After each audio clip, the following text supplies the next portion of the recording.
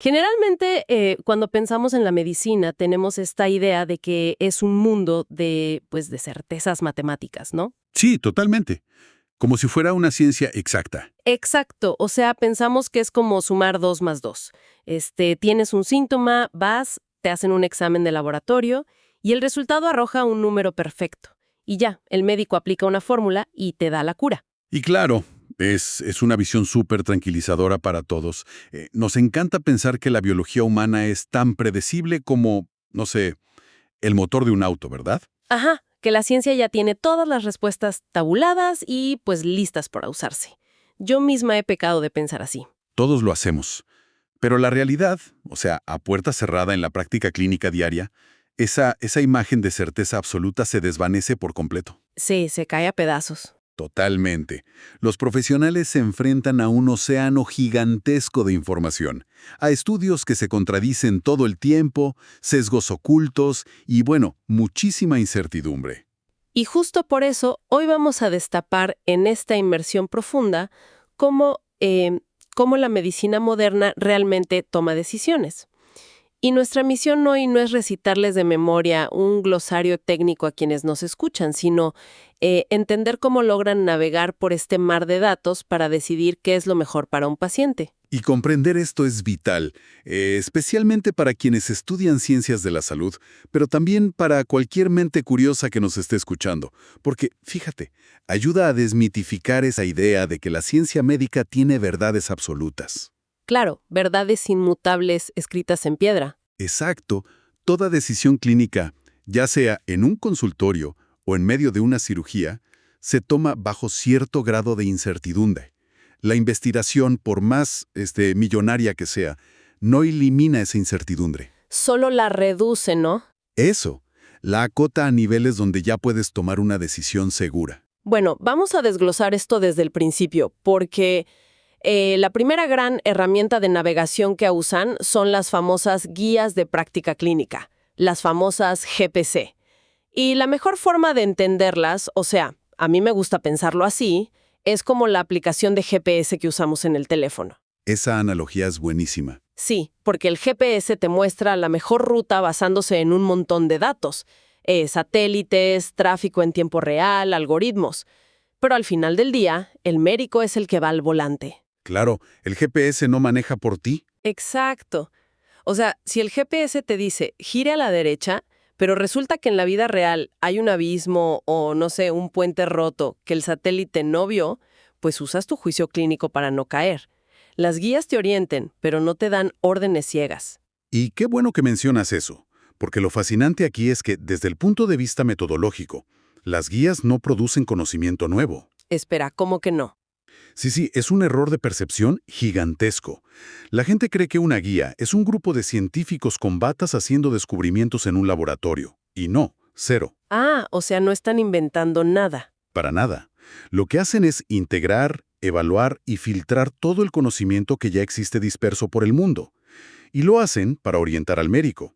Empiezan estructurando la incertidumbre con preguntas súper específicas, usando un formato que en medicina se conoce como PICO. Pico. Ajá. Que son siglas, ¿verdad? Exacto, que te obliga a definir la población, la intervención, la comparación y los resultados, o sea, los outcomes en inglés. O sea, para que nos quede súper claro, no le preguntan a la ciencia qué es bueno para el dolor de cabeza. No, eso sería un desastre de búsqueda. Claro. Preguntarían algo como, en adultos mayores de 60 años con migraña, el medicamento X reduce los dolores mejor que el medicamento Y sin dañarles el hígado. Algo así, ¿no? Exactamente así. Si haces mal esa pregunta inicial, pues todo tu esfuerzo buscando en miles de revistas científicas no va a servir para nada. Sí, basura entra, basura sale. Tal cual. Ahora, usar estas guías genera unas tensiones muy fuertes en la vida real. Si un médico las usa de manera, digamos, acrítica, como un robot siguiendo instrucciones sin mirar a los ojos al paciente, Te despersonaliza por completo. enfermedad y no a la persona, terminas sobremedicalizando. Pero el extremo opuesto también es un peligro. Si un doctor dice, no, yo no sigo mapas, yo me baso en mi instinto de 20 años de experiencia, uff.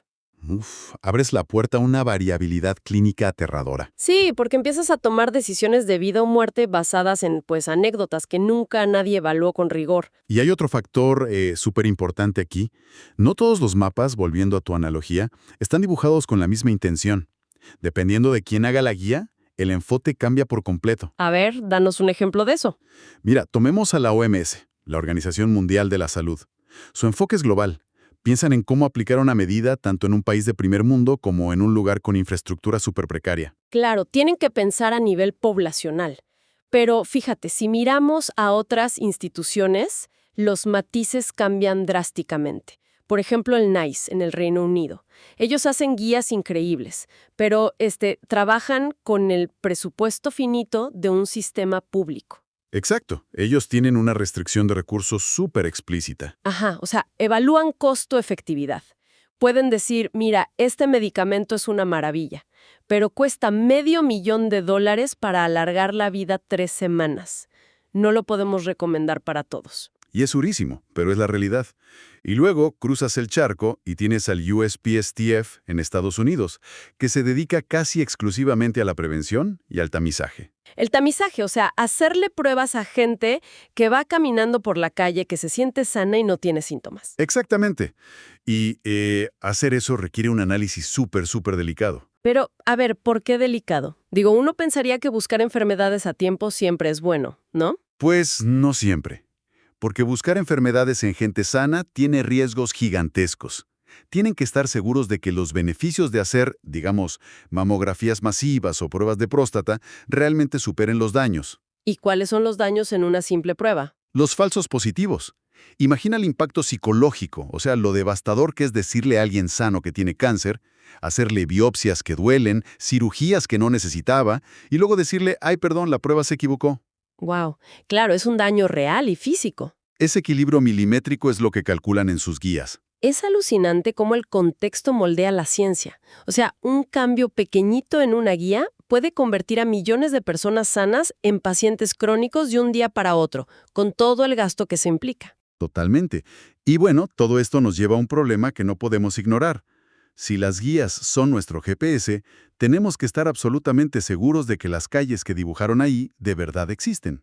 Claro, no puedes hacer un mapa con datos inventados, lo que nos sirve de transición perfecta, para hablar de cómo evalúan cada pieza individual. Porque antes de que este panel de expertos se encierre a escribir la guía, tienen que inspeccionar cada ladrillo, cada estudio. Así es, inspeccionar antes de construir. Y para eso, la medicina moderna tiene dos grandes pilares, la red Equator y las herramientas de lectura crítica como el programa CASPE. A ver, paremos ahí. Porque si yo leo un titular que dice, la universidad tal demuestra que comer chocolate oscuro revierte el envejecimiento y está en una revista médica súper famosa, ¿por qué el médico tiene que inspeccionar ese ladrillo? O sea, ¿las revistas no revisan eso ya? Esa es una de las grandes ilusiones de la ciencia, te digo. El sistema de revisión por pares, el famoso peer review, es bueno, pero definitivamente no es infalible. Ah, ¿no? Para nada. Hay innumerables casos de estudios en revistas top que están, plagados de errores metodológicos o que maquillan los datos. A veces ese estudio del chocolate oscuro resulta que fue, que le dieron dosis tóxicas de cacao a 3 ratones un fin de semana. ¡Qué horror! Y de ahí sacan el súper titular. Exacto. Y justo para combatir esa falta de transparencia, nació la red Equator. Que es la red para mejorar la calidad y transparencia de la investigación. Pero, ¿cómo obligan a los científicos a ser transparentes? Dándoles plantillas súper estrictas. La más famosa es CONSORT, que es para ensayos clínicos. Antes de esto, un laboratorio probaba una pastilla en 100 pacientes. Resulta que 30 se mareaban horrible y dejaban el estudio. Al final, publicaban solo con los 70 que quedaron y decían 100% de éxito. Ocultando a los 30 que se sintieron mal. Increíble. Sí, los escondían bajo la alfombra, pues CONSORT acaba con eso. Los obliga a publicar un diagrama de flujo de paciente por paciente. Cuántos empezaron, cuántos se fueron y exactamente por qué. Básicamente es exigirle al fabricante de ladrillos el inventario exacto. Pero luego, cuando el ladrillo ya está hecho, el médico tiene que evaluar si les sirve en la vida real. Y ahí entra CASPE, que es este programa de habilidades en lectura crítica. Exactamente. CASPE no es una guía clínica, no te dice qué recetar. Es un entrenamiento mental. Son plantillas que te ayudan a juzgar si ese ladrillo tiene validez, si los resultados importan y si son aplicables. O sea, te vuelve un detective. Te obliga a preguntarte, a ver, ¿asignaron a los pacientes al azar o pusieron a los más sanos a tomar el medicamento nuevo para que se viera mejor? Claro. Y si pasas esa barrera, vas a los resultados. ¿Qué tan grande es el efecto real? Porque, fíjate, un medicamento te puede reducir el riesgo un 50%, pero si la probabilidad de enfermarte era de 1 en 1.000.000, el beneficio es, nulo. Es una trampa estadística. Totalmente. Y es vital ser crítico, porque abundan los errores.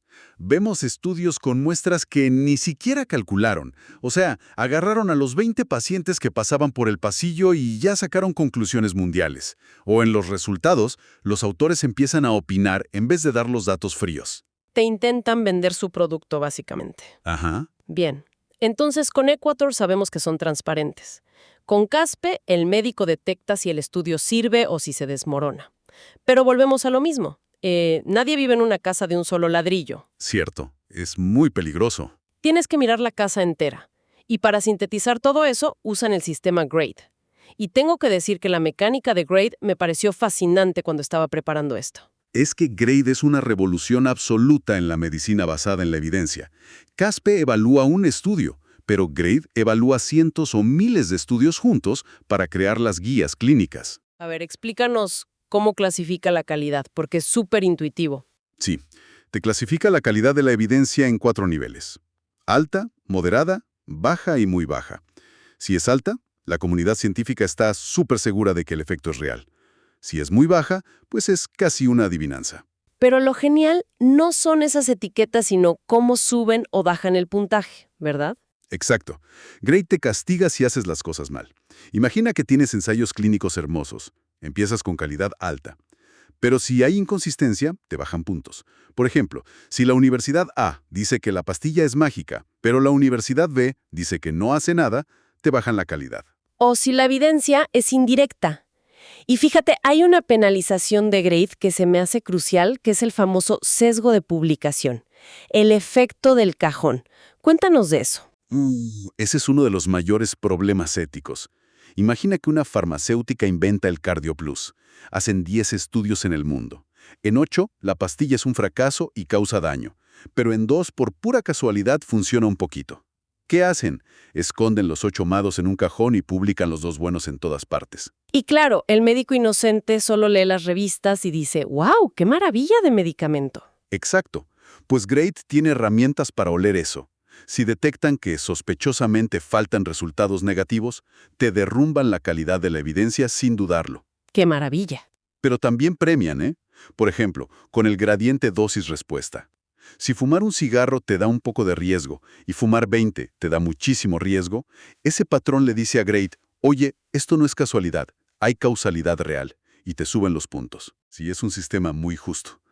Pero ahora, llegamos al concepto que te digo la mayoría le cuesta digerir al principio. Uf, a mí me rompió la cabeza. ¿Sí? Porque hasta ahora hablamos de la calidad de los datos. Pero GRADE tiene otra parte, la fuerza de la recomendación, que solo puede ser fuerte o débil. Y aquí el sentido común te engaña por completo. Uno piensa, pues si la evidencia es de calidad alta, la recomendación debe ser fuerte. Y si es baja, es débil. Pero resulta que no. O sea, me estás diciendo que pueden dar una recomendación fuerte basada en evidencia mala. Suena a negligencia. Suena loco, ¿no? Pero tiene toda la lógica del mundo. La calidad te habla de estadística, pero la fuerza te habla de la vida real, de si los beneficios aplastan a los riesgos. Y el ejemplo clásico aquí, aunque extremo, es el del paracaídas. Me encanta este. A ver, cuéntalo. Mira, no existe ni un solo ensayo clínico de alta calidad que demuestre que usar un paracaídas te salva la vida si saltas de un avión. Claro, nadie va a hacer ese experimento. Imagínate, a 50 les doy paracaídas y a 50 una mochila escolar. ¡Salten! Nadie haría eso. Entonces, formalmente, la calidad de la evidencia científica del paracaídas es muy baja. Pero la recomendación clínica de usarlo es, obviamente, increíblemente fuerte. Exacto. porque el beneficio es abrumador y las consecuencias de no usarlo son la muerte. No necesitas el ensayo perfecto para recomendarlo con fuerza. Y esto pasa al revés en los hospitales todo el tiempo, ¿no? Tienes un medicamento con evidencia alta, ensayos clínicos perfectos, sabes que funciona, pero te causa caída de cabello, duele muchísimo ponértelo y te cuesta el sueldo de todo un año. Sí, te quiebra financieramente. Entonces el panel de expertos le pone una recomendación débil, A pesar de la evidencia. alta. Así es, porque al sopesar todo, los costos, el dolor, las preferencias de la gente, la decisión no es tan fácil. Una recomendación fuerte te dice, hazlo casi siempre, pero una débil te dice, frena, habla con tu paciente y decidan juntos. ¡Qué matiz tan espectacular! O sea, ninguna guía es una ley absoluta. Volvemos al GPS. No te exime de mirar la calle por la que vas manejando. Y eso, fíjate, es la verdadera esencia de la medicina basada en la evidencia. No es aplicar estadísticas ciegamente como en una fábrica. Entonces, para resumirle todo esto a quienes nos acompañan, vimos cómo formulan preguntas PICO, cómo Equator fuerza la transparencia, CASPE filtra los malos estudios y GRADE junta todo para hacer estas guías balanceando números y humanidad. Sí, pero todo ese monstruo científico es solo un tercio de la ecuación. La decisión real necesita 3 pilares. Uno es la evidencia de la que hablamos. Otro es la pericia clínica del médico, su experiencia de años. Y el tercero, que a veces se olvida, son los valores y preferencias del paciente. Es juntar el rigor de la ciencia con el arte de curar. La época del médico que solo decía, haz esto porque yo lo digo, ya se acabó. Hoy los pacientes buscamos ciencia rigurosa, pero también empatía, que nos escuchen. Y eso me lleva a una pregunta que de verdad dejo sobre la mesa para que la piensen. Imagina que en un par de años, una inteligencia artificial puede leer 100.000 artículos en segundos. Hace todo lo de CASPE, todo lo de GRADE y actualiza las guías en microsegundos cruzando tu genética. ¡Wow! Te reduce la incertidumbre a casi nada. Sí, pero si llegamos a eso, ¿no crees que la empatía, el saber escuchar cuando alguien simplemente ya no quiere más tratamientos, será lo único que las máquinas nunca podrán reemplazar? Es una frontera súper intimidante pero fascinante. Empezamos hablando de certezas matemáticas, pero al final del día, por más perfecto que sea el GPS, siempre vamos a necesitar a un humano compasivo al volante para decidir, mirando a los ojos del paciente, si quieren hacer ese viaje juntos. Qué increíble manera de entender la ciencia de la salud. De verdad, quienes nos escuchan, quédense pensando en eso la próxima vez que pisen un consultorio.